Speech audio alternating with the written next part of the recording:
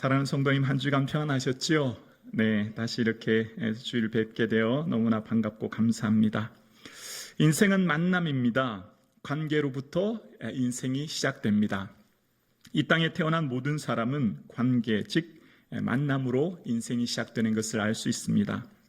우리의 만남은 크게 두 종류의 만남이 있지요. 필연적인 만남과 선택적인 만남입니다. 필연적인 만남은 부모와 자녀의 관계처럼 우리가 선택하지 않은 만남인 거죠. 처음 이 세상에 태어날 때 어떤 부모를 만나느냐에 따라 자녀의 가치관에 절대적인 영향을 미치게 됩니다. 부모가 일평생 이 땅에 인생을 전부로 여기며 자신의 욕심의 노예로 소유에만 관심을 가지고 살아가는 사람인가, 아니면 그 부모가 일평생 하나님 나라를 소망하며 영원한 가치를 지향하는 사람인가에 따라 자녀의 삶의 방향이 결정되죠. 부모의 엄마의 만남은 나의 선택이 아닌 필연적인 만남입니다. 지금 내가 부모님을 선택하지 않은 나의 의지와 상관없는 만남인 거죠.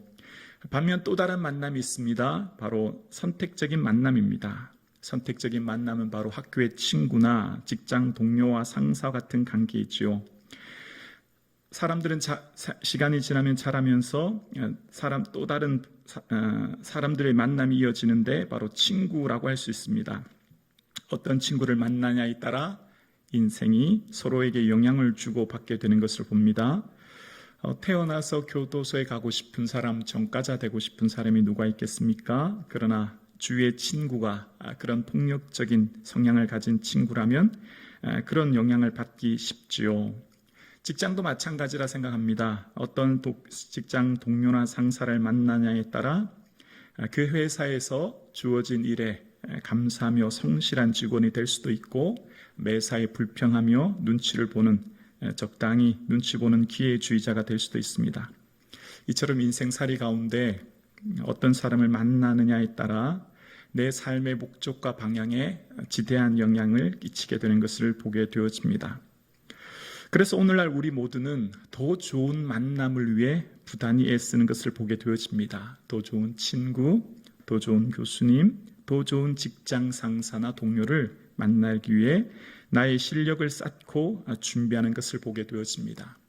어떤 사람을 만나느냐에 따라 나의 인생을 행복하게도 불행하게도 만들 수 있다 생각하기 때문입니다.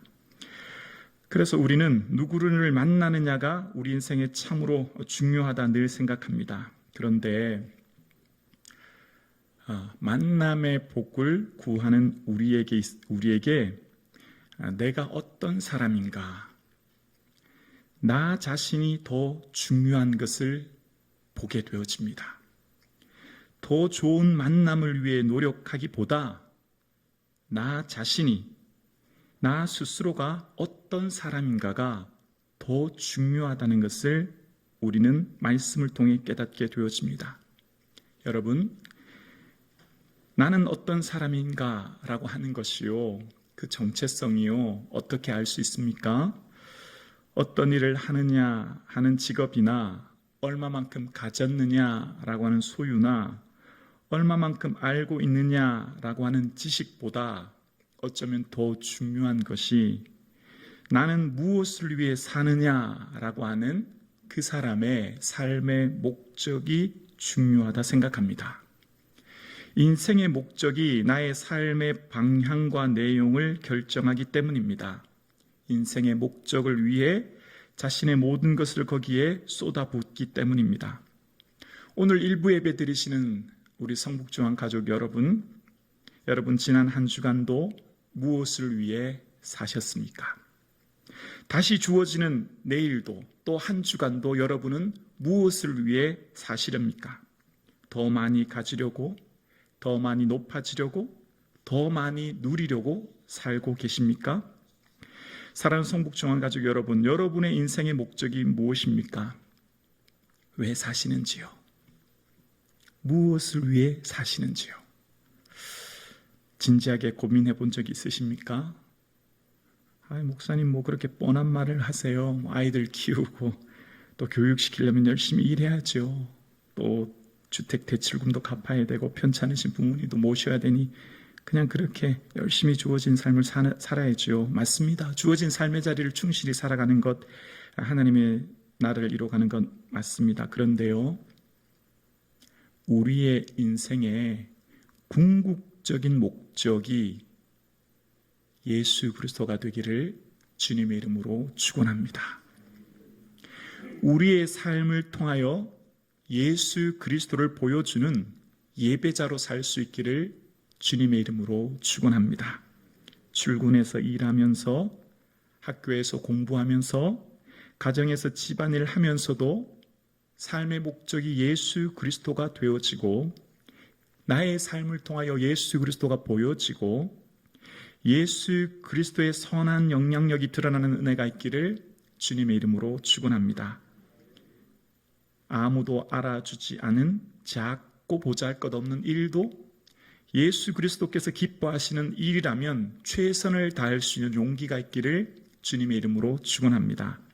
우리 인생의 목적이 예수 그리스도가 되기를 간절히 소원합니다. 예수 그리스도의 기쁨을 위하여 먹고 마시고 출근하고 공부하고 걷고 앉고 눕는 예수님이 기뻐하는 것이 무엇일까를 생각하여 인생의 우선순위를 둘 수 있는 지혜가 있기를 주님의 이름으로 축원합니다. 예수님을 믿는 것은 예수님과의 만남이요, 예수님과의 만남은 예수님과의 관계를 맺는 것이요, 예수님과의 관계를 맺는 것은 매 순간마다 예수님과 더 깊은 친밀한 교제 속에 살아가는 것이지요. 예수님을 만나면 예수님을 위해 살게 됩니다. 예수님을 진짜 만난 사람은 예수 그리스도를 믿고 살아가는 사람, 예수 그리스도를 만난 그 인생은 예수님과 인격적인 관계를 맺게 되고요. 예수님을 만난 사람은 사명을 발견하게 됩니다. 그러면 예수님과의 새로운 관계가 맺어지고 이제 그 앞길의 삶은 하나님이 예비하신 만남의 은혜를 경험하며 살게 될 줄로 믿습니다. 여러분, 사도 바울이 다메섹으로 가던 중에 예수님을 만납니다. 그리고 사명을 발견합니다. 사도 바울의 인생의 목적이 완전히 바뀝니다. 그래서 예수님을 박해하던 자에서 예수님을 위해 박해받는 자로 그의 삶이 변화되어지고 예수 그리스도의 복음을 위하여 로마까지, 최후의 서바나인 스페인까지 가기로 결단하며 인생의 목적이 결정되어집니다. 바울은 예수 그리스도를 소개하는 중매쟁이로 예수 그리스도를 위하여 살아가는 삶이 되어집니다. 바울의 인생의 삶에 예수님이 삶의 목적이 될 때 이제 그 앞길의 삶이 하나님이 예비하신, 앞서가신 하나님께서 예비하신 놀라운 은혜를 바울은 경험하게 되어집니다. 오늘 일부 예배 드리시는 사랑하는 성도님, 오늘 지금 우리의 삶이 예수 그리스도가 되어지고 예수 그리스도를 위해 사는 삶으로 결단되어질 때 우리의 만남에 대한 새로운 시야가 열리게 될 줄로 믿습니다. 이제 그것을 오늘 본문을 통해 확인하려고 합니다. 오늘 본문의 바울은 선교 일행과 떨어져 홀로 혈혈단신 고린도에 도착합니다. 고린도에 도착한 바울은 약하고 두렵고 심히 떨었다고 고백합니다. 고린도의 밤은 바울에게 무척 외롭고 힘든 시간이었습니다. 당장의 부족한 경비로 인해 숙식 문제도 해결해야 했고요. 당장에 어디서 어떻게 선교를 해야 될지 막막한 상황이었습니다. 그런데 하나님께서는, 앞서가시는 하나님께서는 바울의 앞길을 예비하셨고 아굴라 부부를 만나게 하셨습니다. 하나님은 아굴라 부부를 준비시켜 놓으셨습니다. 먼 본도에서 고향에서 떠나 로마에 이르러 오늘 고린도에 이르기까지 수천 킬로의 길을 아굴라 부부는 생업을 위해 이곳에 왔죠. 그런데 왜 하필 이 고린도에 왔겠습니까? 그 이유는 그 아굴라 부부는 다 알지 못하지만 하나님께서 그 걸음을 계획하셨고 인도하셔서 하나님의 역사를 이루신 예비하신 만남이셨습니다. 그래서 우연처럼 보이는 이 필연적인 만남을 통해 아굴라 부부의 삶은 변화되어집니다. 바울이 믿고 알고 만난 그 예수 그리스도를 아굴라 부부에게 전하게 되었고 아굴라 부부 역시 예수 그리스도와 함께 새로운 관계가 시작되어지고 그 인생관이 바뀌며 삶의 목적이 바뀌어지게 됩니다. 그래서 아굴라 부부는 바울을 위해 목까지도, 즉 자신의 생명, 재산 모든 것을 잃어버릴 것을 감수하며 예수 그리스도를 위해 살기로 결단하는 삶이 되어집니다. 더 이상 그들의 삶에 아까운 것은 없지요. 예수 그리스도를 발견했기 때문입니다. 그래서 가는 곳곳이 그의 집은 곧 교회가 되어집니다. 그리고 이제 바울이 고린도를 떠나 에베소로 갈 때 아굴라 부부는 힘들게 어렵게 자리 잡은 고린도를 바울과 함께 떠나기로 결단합니다. 바울에게 있는 복음, 예수 그리스도를 위해 함께 동역하기로 결단한 거지요. 그리고 이제 에베소에 도착했습니다. 그런데 바울이 아굴라 부부에게 이곳 에베소에 머물라는 거예요. 아직은 어린 에베소 교회를 향해 목양하도록 머물게 한 것이죠. 먼저 가시는 하나님께서 에베소 교회를 위해 아굴라 부부를 예비하신 것입니다. 뿐만 아니라 그곳에서 아굴라 부부는 아볼로라고 하는 사람을 만납니다. 요한의 세례만 아는 그에게 지혜롭게 그들을 온전히 집으로 모셔 예수 그리스도의 복음을 전하게 되었습니다. 그래서 아굴라 부부를 통해 아볼로는 예수 그리스도를 만나게 되어지지요. 이후에 사도 바울은 그런 고백합니다. 나는 심고 아볼로는 물을 주었으되 오직 하나님은 자라나게 하신다고요. 하나님께서는 아굴라 부부를 통하여 에베소 교회와 고린도 교회를 든든히 세우시는 은혜를 보게 되어집니다. 고린도에서 복음을 전하던 바울, 그를 대적하던 유대인들이 그를 비방합니다. 그래서 먼저 앞서가시는 하나님은 바울에게 디도 유스다라는 사람을 예비시켜 놓으셨고 회당 옆 유스도의 집은 교회가 되어집니다. 그리고 그곳에서 수많은 사람들이 주를 믿고 세례를 받게 되어집니다. 그렇게 고린도에서 1년 6개월 복음을 전하게 되어집니다. 그러던 중 유대인들이 이제 새로운 총독이 부임하게 된 상황에 더 이상 사도 바울을 지켜볼 수가 없었습니다. 그때 새로 부임한 총독이 바로 갈리오라고 이야기하는데요. 오늘 본문 12절에 이렇게 얘기합니다. 갈리오가 아가야 총독이 되었을 때에 라고 이야기합니다. 갈리오가 아가야라는 지방의 새로운 총독이 되었대요.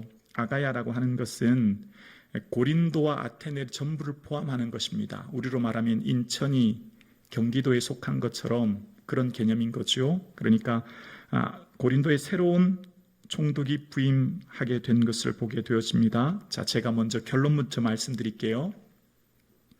왜 많고 많은 사람 중에 고린도 법정에서 아가야 총독을 만났을까요? 그것은 먼저 앞서가신 하나님의 예비하심입니다. 우연히 아가야 총독을 만난 것이 아니라 하나님은 아가야 총독을 만나게 하심으로 이후에 이 내용은 아가야 총독이 바울의 편을 들어서 이 고발을 기각하게 되어지고 바울은 무죄 판결을 받습니다. 그리고 이것이 판례로 남아있게 되어져요. 자, 그리고 이것이 아주 중요한 판례가 됩니다. 왜냐하면 이후에 바울이 또다시 총독의 법정에 서게 되어져요. 여러분 아시는 것처럼 이후에 로마 사도행전 25장에 가면 베스도 총독 앞에 다시 서게 되거든요. 그때 이 판결이 매우 중요한 판례가 됩니다. 내가 예전에 고린도에서 같은 건으로 고발을 당해서 판결을 받았다. 그때 당시 무죄 판결을 받았다. 그 자료에 보면 분명히 있을 것이다 라고 하는 판례를 남겨두게 됩니다. 그래서 바울이 하는 말이 나는 가이사에게 상소하노라 라고 이야기합니다. 왜냐하면 로마 시민권이었기 때문에요. 그러니까 오늘 갈리오 총독의 판결이 너무너무 중요한 것은 바울이 로마로 가는 디딤돌이 되는 판례를 남긴 거예요. 그러니까 앞서 가신 하나님께서 고린도에서 만난 이 갈리오 총독을 통해서 하나님의 일하심을 우리는 보게 되는 것이죠. 일반적으로 총독이 새로 부임하면 많은 사람들이 없던 민원도 다 제기합니다. 왜냐하면 총독은 정치인이라 여론에 민감하기 때문입니다. 그래서 사람들의 민원을 해결하여 인기를 얻어서 그 직을 오래 유지하기 원하기 때문에 더 많은 사람들이 민원을 넣는 시기가 총독이 부임하는 시기죠. 자, 그런데 갈리오 총독은 그리 호락호락한 사람은 아니었습니다. 여론이 그에게는 별로 중요한 사람이 아니었습니다. 왜냐하면 갈리오의 친형은 네로 황제의 스승이었습니다. 당시 철학자이자 수사학자인 세네카가 이 갈리오의 친형이었던 거예요. 뿐만 아니라 갈리오는 원래 이름이 노바투스였는데 원로원 의원인 유니우스 갈리오의 양자의 아들로 입적되어 갈리오란 이름으로 바뀌게 된 겁니다. 그러니까 그 양아버지는 원로원 의원이에요.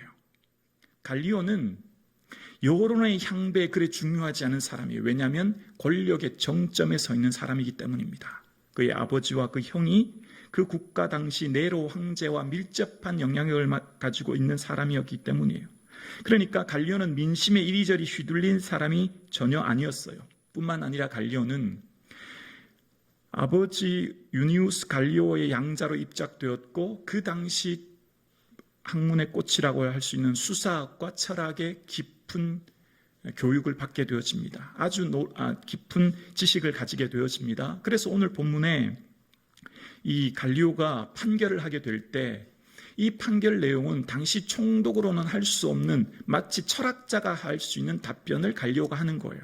오늘 본문의 14절 이하 15절을 제가 봉독해 드리겠습니다. 14절입니다. 바울이 입을 열고자 할 때에 갈리오가 유대인들에게 이르되 너희 유대인들아 만일 이것이 무슨 부정한 일이나 불량한 행동이 있었으면 내가 너희 말을 들어주는 것이 옳거니와 만일 문제가 언어와 명칭과 너희 법에 관한 것이면 너희가 스스로 처리하라. 나는 이러한 일에 재판장 되기를 원하지 아니하노라 하고 16절입니다. 그들을 법정에서 쫓아내니. 자, 지금 갈리오가 이렇게 얘기하는 거예요. 내가 지금 보니까 이 바울은 로마법에 무슨 접촉될 만한 불량한 행동을 한 것이 없다. 그리고 특히 지금 너희들이 고소한 그 고소장에 보니까 그 문제의 핵심이 언어와 명칭과 법에 관한 것이다. 이것은 너희들 스스로 처리해라. 이렇게 얘기하는데요. 이 언어와 명칭과 법은 이 당시 철학적 개념이며 종교적인 개념이었던 거예요. 그러니까 여기에 대해서 깊은 지식이 있는 갈리오는 그것을 딱 보는 순간 이것은 정치적인 문제가 아니라 철학과 종교의 문제라는 것을 단번에 아는 거죠. 그래서 그 상소를 기각하게 되어요. 유대인들의 불순한 계략에 휘말리지 않는 겁니다. 그의 가지고 있는 지식으로 또한 그의 가진 집안 배경이 유대인들의 여론에 움직이지 않는 사람이 갈리오였던 거예요. 여러분, 갈리오가 지금 이곳에서 로마 아가야 총독이 된 것 우연이겠습니까? 먼저 앞서가신 하나님의 예비하신 은혜인 줄로 믿습니다. 사랑하는 성도님, 자, 오늘 본문을 보면 갈리오만 그럴까요? 자, 오늘 본문 갈리오까지 고발하기까지 그 전에 있었던 여러 가지 사건들이 쌓였기 때문에 갈리오에게 고발하게 되는데요. 이전에 어떤 일이 있었냐면 유대인들이 비방하고 대적합니다. 이전에 그러니까 먼저 유대인들의 비방과 대적이 있었고 그것으로도 해결하지 못하니 총독이 바뀌어서 고발하게 된 거죠. 바꿔 말하면 유대인의 비방과 대적 또한 하나님이 사용하신 거예요. 우리가 보기에는 유대인들의 비방이 바울의 삶을 괴롭게 하고 고통스럽게 하는 쓸모없는 만남 같지만 그들의 비방이 결국은 갈리오 총독을 만나게 했고 갈리오 총독을 만남으로 이후 로마에 가는 판례를 남겼고 사도 바울이 로마 황제까지 가게 된 것이죠. 바울의 삶에 있어서 먹지도 마시지도 않고 그를 죽이겠다고 하는 자객 40명은 언제 어떻게 매복하여 바울을 죽일지 모르는 상황 가운데 바울이 홀로 로마에 가는 것은 무척 위험한 일입니다. 뿐만 아니라 많은 경비도 들었겠지요. 그러나 하나님께서는 로마 군인의 호의를 받으며 로마까지 안전하게 갈 수 있도록 군인들과 함께 사도 바울을 로마로 보내신 것입니다. 앞서 가신 하나님께서 사도 바울 안에 있는 로마까지 복음이 전해져야 되는 그 사명을 아시고 그의 삶을 이끄신 거예요. 바울이 고린도에서 비방당할 때 갈리오가 총독으로 부임한 것 우연일까요? 바울이 고린도에서 유대인들의 대적과 비방을 당한 것이 우연일까요? 앞서 가신 하나님께서 예비하여 주시고 인도하신 하나님의 섭리인 줄로 믿습니다. 내 인생의 모든 만남은 우연히 일어나지 않습니다. 나의 인생에 일어나는 만남은 하나님 허락하지 않으시면 일어날 수 없는 만남이에요. 참새 한 마리도 하나님 허락하지 않으시면 땅에 떨어지지 않듯 먼저 앞서 가신 하나님께서 우리의 앞길을 예비하고 계신 것이죠. 우리의 모든 만남은 먼저 앞서 가신 하나님의 예비하신 필연적인 만남인 것입니다. 우리의 삶의 목적이 예수 그리스도가 될 때, 예수 그리스도의 영광으로 삼을 때 앞서 가신 주님께서는 우리의 삶의 모든 만남을 친히 예비하여 주시고 우리를 통해 주의 뜻이 이 땅에 이룰 수 있도록 인도하여 주시는 줄로 믿습니다. 그래서요, 사도 바울이 이런 고백해요. 18장 21절인데요. 18장 21절 말씀은 우리 함께 한번 고백해 보실까요? 함께요. 작별하여 이르되 만일 하나님의 뜻이면 너희에게 돌아오리라 하고 배를 타고 에베소를 떠나.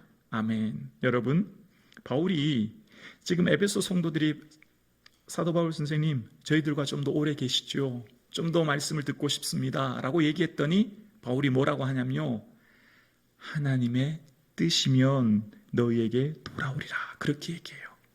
이게 무슨 하나님 뜻이에요? 내가 가고 싶으면 가고 있고 싶으면 있으면 되는 거 아닙니까? 내가 그냥 오늘 여기 에베소 더 있고 싶으면 몰고 가고 싶으면 가고 내가 결정하면 되는 것 아니냐고요. 바울은 그렇게 말하지 않아요. 바울의 인생의 경로는 하나님의 뜻하심 안에 있다고 고백하는 거예요. 바울의 인생의 주인은 예수 그리스도였고 주님의 뜻 안에 그의 삶에 걸어가는 모든 여정이 있음을 그는 고백하는 말입니다. 하나님의 뜻이면 이란 말은 바울의 인생의 주인은 하나님이시고 하나님이 앞서 가시는 하나님이 친히 인도하고 계심을 고백하는 내용이에요. 왜 이렇게 고백할 수 있었을까요? 이제 오늘 본문은요, 바울이 2차 여행을 이제 마치게 되거든요. 그 파송한 시리아 안독 교회까지 도착하게 돼요. 근데 바울의 삶의 지난 삶을 돌아보니 이전 2차 전도 여행 때 성령의 인도하심 따라 첫 유럽인 마게도냐에 도착했을 때 루디아를 만난 것도, 이후 마게도냐와 이후 데살로니가와 베레아와 오늘 여기까지 또 고린도에 와서 아굴라부를 만나기까지 지나온 모든 삶의 궤적을 살펴보니 하나님의 예비하여 하심이었고 하나님의 뜻하심이었음을 그는 깨달은 것이죠. 오늘 일부 예배 드리신 사람 성도님 어떠세요? 지나온 삶을 되돌아보시면 하나님의 은혜로 인도하심 가운데 여기까지 온 줄로 믿습니다. 하나님의 그 인도하심 계획 가운데 있었음을 우리는 깨닫는 거예요. 사랑하는 성도님, 지금 나의 만남이 우연으로 보이십니까? 사도 바울을 대적하고 비방했던 유대인마저도, 그리고 갈리오 총독을 법정에서 만난 것까지도 하나님께서 로마로 가고자 하는 하나님의 디딤돌로 사용하셨던 그 하나님이 오늘 우리의 하나님이신 줄로 믿습니다. 나의 만남 속에 다 이해될 수 없고 다 깨달아지지 않은 상황이 있을지라도 내가 예수님을 안에 거할 때 나보다 앞서 가시는 주님이 나의 앞길을 인도하고 계시는 예비하신 만남이 우리의 삶 가운데 펼쳐지고 있는 줄로 믿습니다. 우리의 인생길을 마칠 때쯤이야 비로소 우리는 정상에 섰을 때 지나온 길이 왜 그 길을 굽이 돌게 하셨는지, 왜 내가 골짜기를 지나야 했는지 그때서야 비로소 에베네셀의 하나님을 고백하게 될 것입니다. 매 순간 여호와 이레 하나님께서 우리의 길을 예비하고 계시고 인도하고 계신 거예요. 우리보다 먼저 가시는 하나님은 결코 우리의 인생을 의도적으로 고통스럽게 하시거나 가시밭길을 걷게 하실 분이 결코 아니심을 우리는 믿습니다. 우리의 가는 길의 만남을 통해 우리에게 소원을 주신 하나님께서 우리의 삶을 통해 주님의 뜻하신 계획과 그 뜻이 이루어지고 있는 줄로 믿습니다. 그래서 오늘 우리의 삶의 모든 만남이 소중하고 만남에 대한 새로운 시야가 열릴 수 있기를 주의 이름으로 축원합니다. 우리보다 먼저 앞서가시는 하나님은 우리의 앞길을 예비하고 계시고 우리의 모든 만남을 준비하고 계신 좋으신 하나님이신 줄로 믿습니다. 그래서 모세는 모세의 삶의 40년의 광야 여정을 마치고 이제 가나안 땅의 입성을 목전에 둔 모압 평지에서 광야에서 태어난 이스라엘 백성들에게 설교할 때 이렇게 설교합니다. 신명기 1장 30절입니다.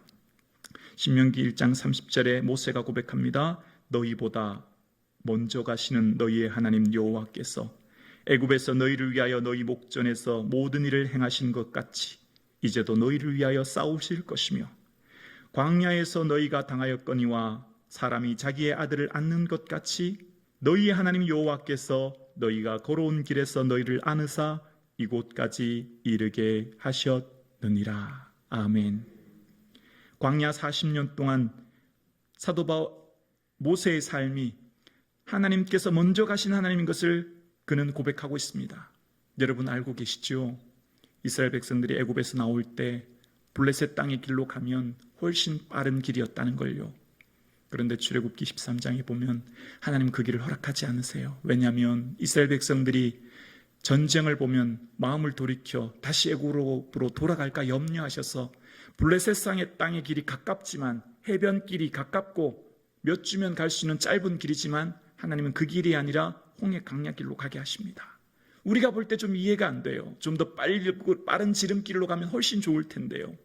광야의 길이 얼마나 힘들고 어렵습니까? 뿐만 아니라 광야는 이후에 아시는 것처럼 그들 앞에 홍해가 펼쳐지게 되어지고 마치 도간에 든 쥐처럼 꼼짝달짝 할 수 없는 진퇴양난 상황을 맞게 되는 것입니다. 왜 그 길로 인도하셨는지 그때는 알지 못했지만 전능하신 하나님이 홍해를 열어주심으로 하나님의 능력을 온 만방에 열방에 보이셨고 광야길 가는 동안 뿐만 아니라 이후에 그들의 삶 가운데 앞서가신 하나님께서 그들의 삶을 먹이시고 입히셨던 하나님을 모세는 경험하고 그들에게 설교하는 것입니다. 오늘 일부 예배 드리시는 사랑하는 성도님, 좋으신 우리 하나님이 먼저 여러분의 앞길을 앞서가고 계십니다. 그리고 우리를 안고 품어서 여기까지 이르게 하셨고 우리 하나님께서 우리 길을 인도하고 계신 거예요. 사랑하는 성도님, 우리가 예수님 안에 거한다고 하는 이 확실한 믿음만 있다면, 나를 통하여 행하실 하나님의 더 큰 계획이 있음을 믿기만 한다면 이제 우리의 삶을 통하여서 비록 지금의 만남이 우리를 힘들고 어렵게 할지라도 묵묵히 주님의 뜻을 바라보며 인내할 수 있는 지혜를 얻게 되는 것이죠. 내 안에 계신 예수 그리스도를 위해 내가 살아갈 때 우리는 더 좋은 만남을 위해 노력하기보다, 고통스러운 만남을 회피하기보다 내가 예수 그리스도의 사람이 되게 되는 은혜를 사모하며 내 안에 계신 예수 그리스도와 함께 깊은 교제를 나누며 묵묵히 인내하며 살아가게 되죠. 그럴 때 비로소 하나님께서 우리를 통해 우리의 삶의 자리에 하나님의 놀라운 삶의 열매를 맺게 하실 줄로 믿습니다. 내가 누구를 만나느냐 보다 더 중요한 것은 내가 어떤 사람인가가 더 중요하듯 내 안에 계신 예수 그리스도와 더 깊은 친밀한 교제를 매 순간마다 누리며 나갈 수 있기를 주님의 이름으로 축원합니다. 내 인생의 목적을 예수 그리스도와 그의 나라로 두며 매 순간마다 결단하며 살아갈 때 먼저 앞서가신 하나님이 여러분의 삶을 예비하고 계셔서 여러분의 삶을 통하여 하나님 나라를 이 땅에 확장시키는 놀라운 은혜를 베풀어 주실 줄로 믿습니다. 나의 전복이여